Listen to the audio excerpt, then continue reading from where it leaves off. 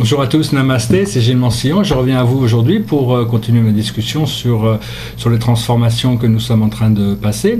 Et nous nous approchons prochainement, là il y a une pleine lune avec une éclipse qui arrive, et puis la porte du 11-11 qui est une porte stellaire, c'est un portail stellaire, quelque chose de très important, très puissant.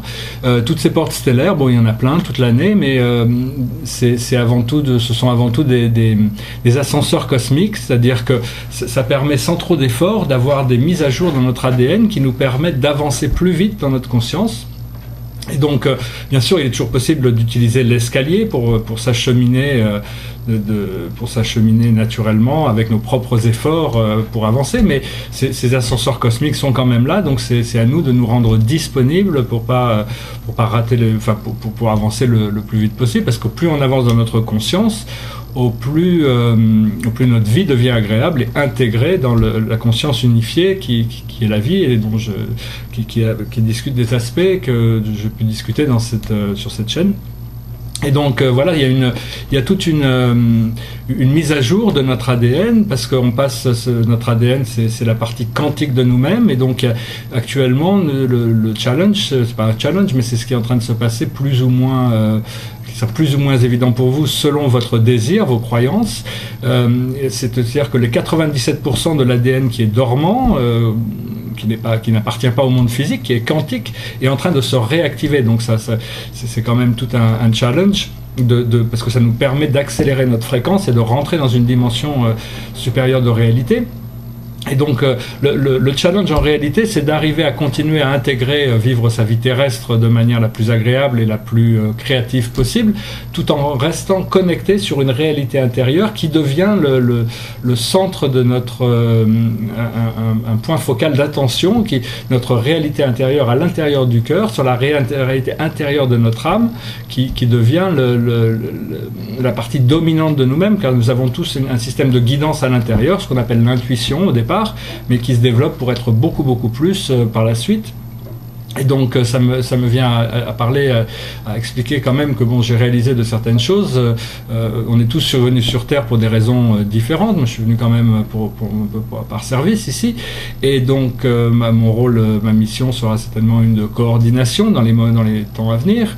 Mais savoir que la mortalité est un choix temporaire que nous avons fait quand nous avons intégré cette matrice. Et vu que nous croyons ça très fermement, notre corps joue le jeu et devient vieilli. Et puis finalement, il arrive au bout de souffle, et puis bon, l'âme se libère, et si on a intégré certaines parties de notre âme éternelle dans notre conscience alors qu'on vivait sur Terre, on est réintégré intégralement très rapidement dans les dimensions supérieures qu'on a pu intégrer. Si c'est pas le cas, on arrive dans la 4e dimension, et nos guides, nos anges nous aident à nous réassembler. À ce moment-là, on passe en revue notre vie et on repart pour un nouveau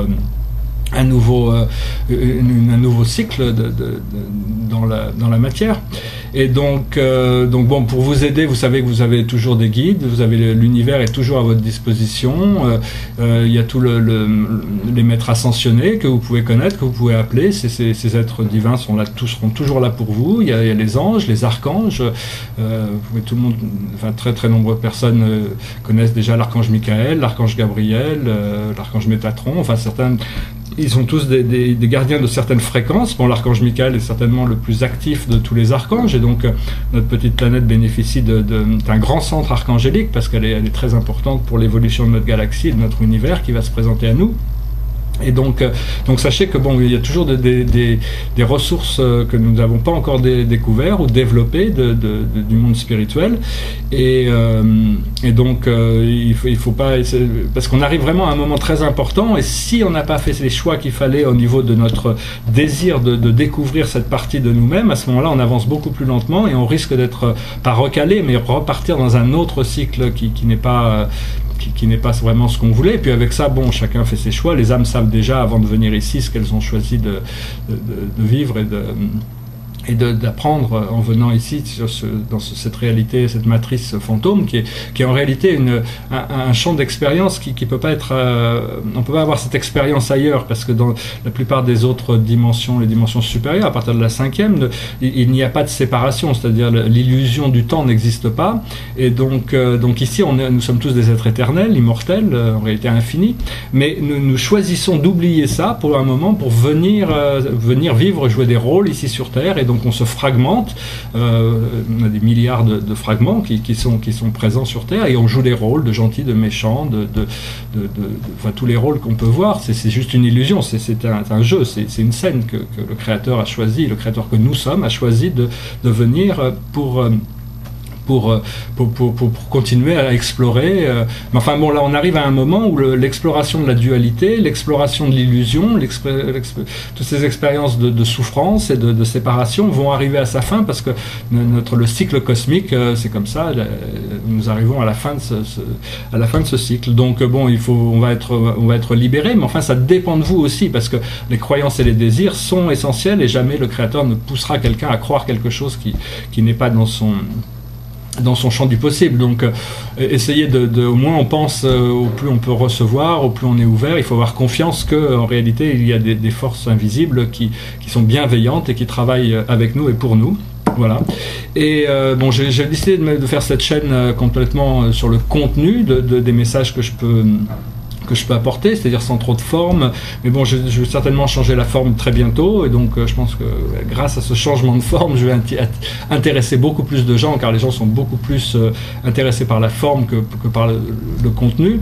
C'est-à-dire que bon, on connaît la vie au niveau on connaît que la peau de qui on est, quoi. C'est très superficiel de tout ce qu'on connaît pas à l'intérieur de nous-mêmes, et même cette peau là, aujourd'hui je me suis coupé en me rasant, je fais une coupure de la taille du Grand Canyon là, parce que je pensais à autre chose.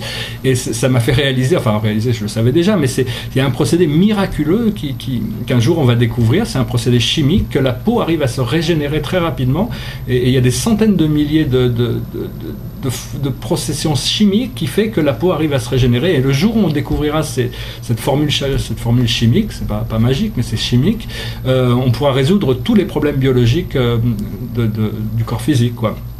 Donc voilà, je vais finir juste par présenter brièvement quelques petits tableaux que j'ai fait récemment.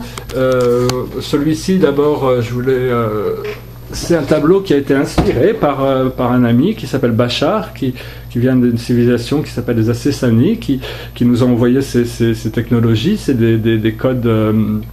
C'est des codes pour activer l'ADN. Alors bon, c'est centrer, s'étendre, s'harmoniser, se préparer, s'exprimer, s'étendre différemment, s'expandre, déverrouiller, flotter, percevoir, relayer, réaliser, agir, transformer, connecter et manifester. Voilà, alors bon, ça c'est le premier d'une série, je pense que je vais en faire d'autres. Et puis je vais aussi partager quelques petites... Ceux-là ne sont pas vraiment finis, mais bon, j'en avais déjà parlé, c'est des systèmes solaires que j'ai commencé à travailler. Celui-là commence un petit peu à évoluer, il est à peu près à 60% fini. Celui-ci aussi, mais celui-là est plutôt à 90%, 95% fini. Alors bon, il est peut-être un peu moins... il date de 2008 à 2014, hein, donc c'est pas... Et puis celui-ci, là, qui est aussi à 80% fini peut-être. Et il y a tous les noms d'une centaine d'astéroïdes qui représentent les 100 planètes principales de notre système solaire. Hein. Alors je vais essayer de me balader un petit peu. Là, il y a Jupiter, la grosse planète. Et puis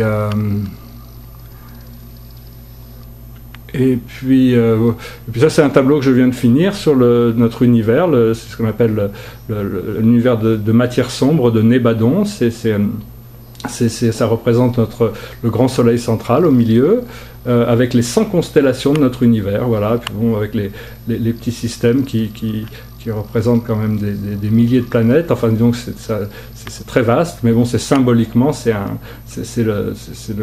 sur notre univers, l'univers qu'on habite, qui est un univers de matière sombre, où l'antimatière et la matière se séparent pour devenir tous les champs de lumière qui puissent exister et qui est régi par la loi de l'attraction magnétique.